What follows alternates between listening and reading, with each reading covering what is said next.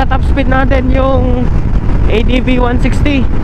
So partida pa yan, malakas yung hangin. 17, 108, 108, 110, 111, dumudulo 113. Oh, di ba? Wow, ang ganda.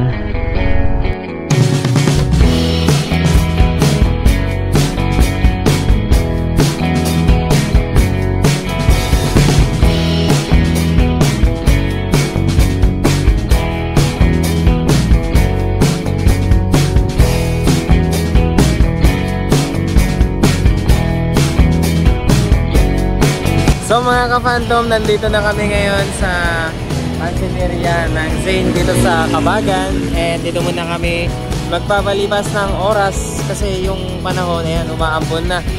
So magpapansit muna kami at nagugutom na.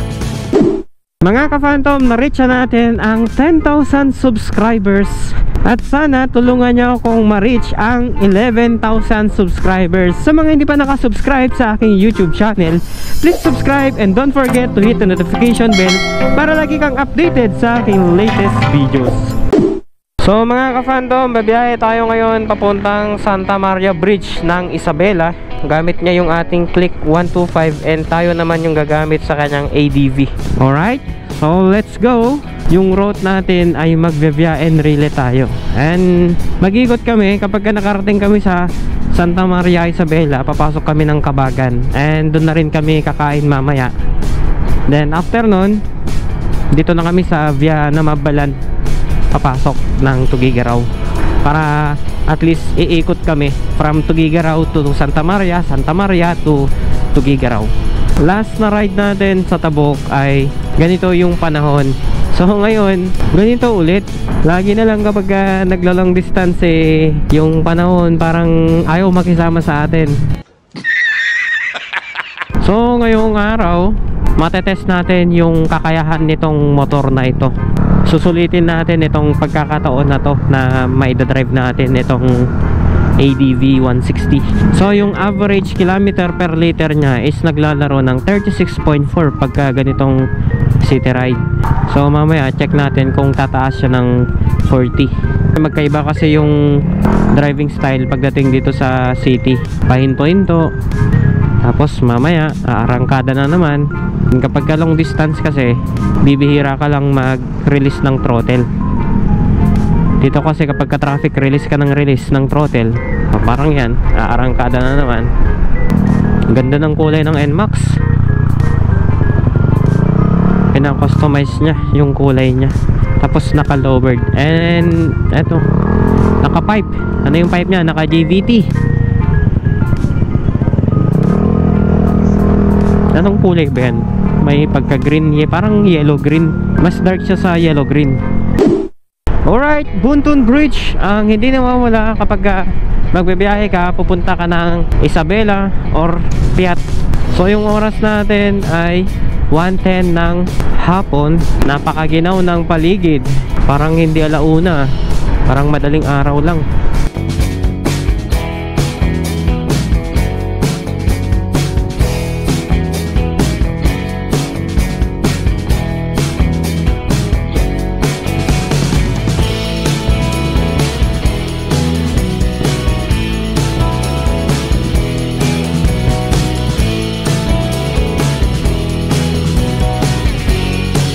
Lakas talaga ng acceleration niya kapag nag-overtake. Tapos ganitong paakyat, mararamdaman mo talaga yung lakas ng makina ng ADV. Ayan o, nasa 80 tayo, pero kapag bumirit tayo parang naka-primera segunda lang.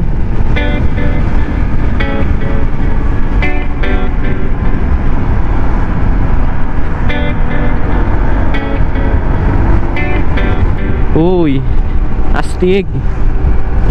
Lalo kapag yung paa mo nakalagay dito sa ano, relaxing na, hindi ko kasi alam kung anong tawag dito sa apakan na yan eh. Basta dyan sa parang apakan ng NMAX. Uy, akyatan.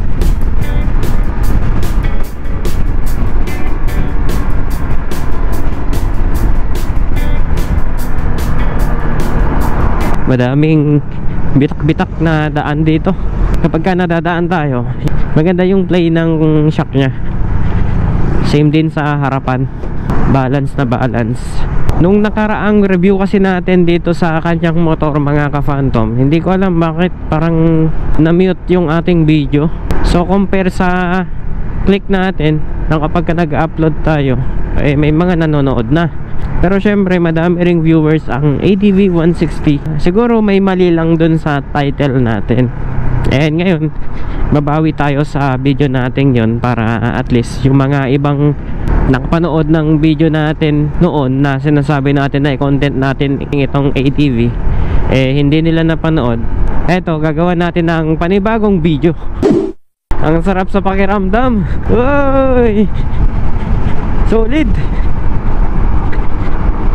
Pagka ganitong hindi patad yung daan at nadadaanan natin, yung suspension nya para kang nakaupo sa may spring, na kapag nadaan ka, nararamdaman mo na very comfortable ka. Parang big bike yung dala mo kapag dinrive mo tong ADV. Napakalaki nito. So dito tayo papasok mga ka-Phantom. So ito yung daang papunta sa Santa Maria Isabela. May mga makakasabayan din tayo dito. Oy, ang ganda ng view. Ito yung ilog na galing Isabela. So kapag dadaan kayo dito, ito yung makikita nyo. Parang familiar sa akin itong nasunog na building dito. Parang nakita ko na yan. Hindi ko lang alam kung mayroon din sa part ng nadadaanan ko dati yan. Pero hindi eh. Ano pa talaga?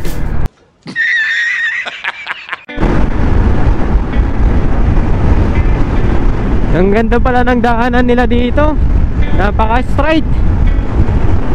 Top speed natin yung ADV 160. So partida pa yan, malakas yung hangin. 17, 108, 108, 110, 111, dumudulo, 113.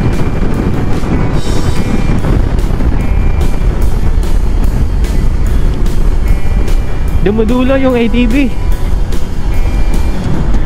Malawak pala yung taniman ng maisan dito. So nandito na tayo sa Barangay Lana, Enrile.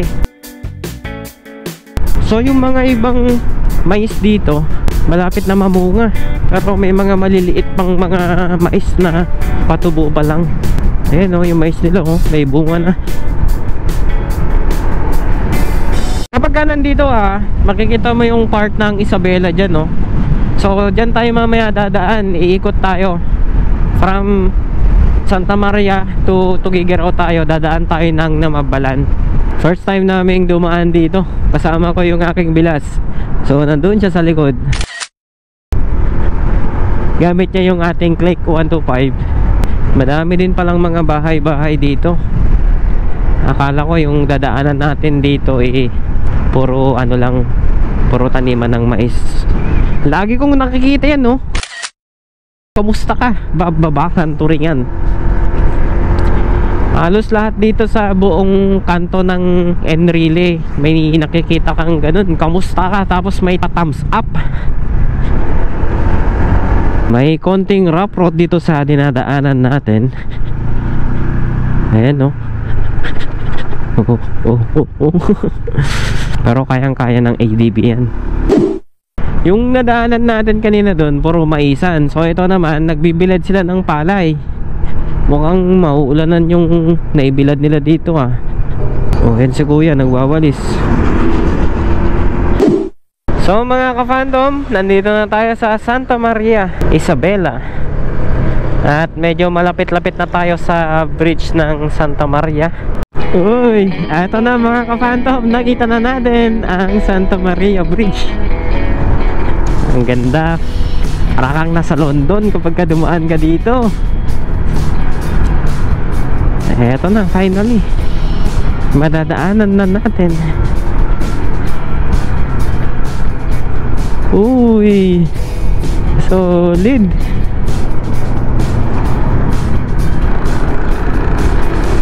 Oh, di ba?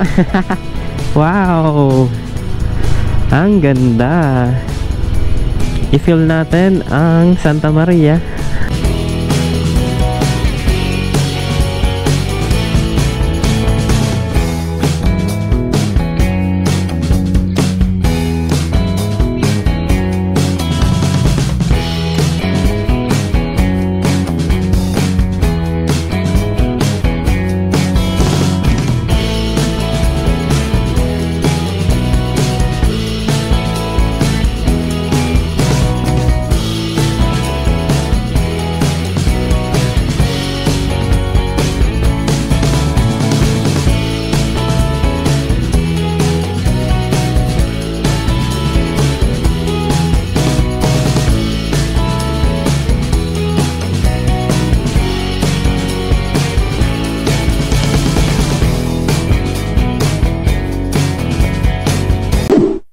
So mga ka-Phantom, nandito na kami ngayon sa pansiteria ng Zane dito sa Kabagan. And dito muna kami magpapalipas ng oras kasi yung panahon, ayan, umaambon na. So magpapansit muna kami at nagugutom na. Nag-order na kami ng pansit Kabagan. And syempre, siya na naman yung kasama natin sa ating vlog. Kasi syempre ginamit natin yung kanyang motor, papakainin natin siya. At yung aking GoPro, naka-charge na din. So guys, tagay muna tayo. Nasamit? Ang nasamit sa Tagalog ay matamis. Natin.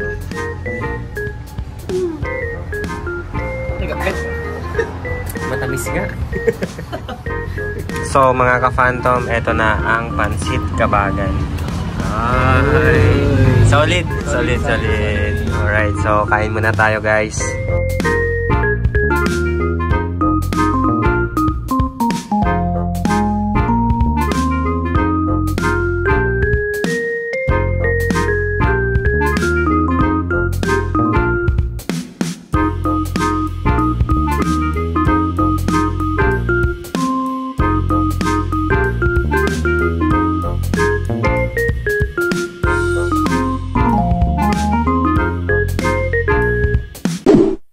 Okay, so tapos na kaming nagpansit and okay na yung panahon. Babalik na kami ng Tugigaraw. So let's ride again mga ka-Phantom. Yung ating Honda Click, first time na nakatapak sa Isabela. So yung rota lang nito lagi ay Tugigaraw, Tugattaran. First time niyang dumaan dito sa dinadaanan natin. At feeling ko nag-enjoy yung ating motor. Oo, di ba? Ang sarap-sarap pumiga dito, oh. So San Pablo na tayo mga ka-Phantom. And next dito ay Namabalan. Then after Namabalan, papasok na tayo sa Tugigaraw.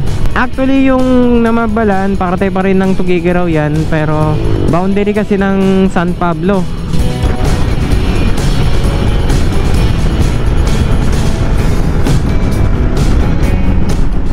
Ay! Grabe! Ang ginaw! Parang nagiging laruan yung ating Click ngayon. Feeling natin ang liit-liit ng sinasakyan natin na motor. Uy!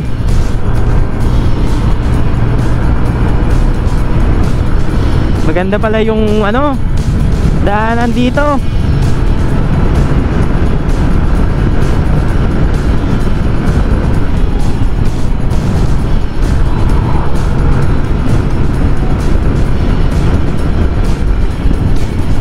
Kanina kasi hindi tayo makapagpatakbo ng mabilis dahil dun sa dinaanan natin masyadong maiksi yung kalsada, hindi ganun ka patat, butas-butas.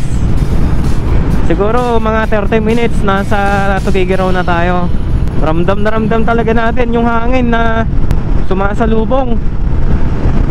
Kung naririnig nyo yung helmet natin, oh. Nandiyan yung ADB sa likod. Ayan siya, 98. Naka tayo, naka relax yung position natin, tapos naka full throttle.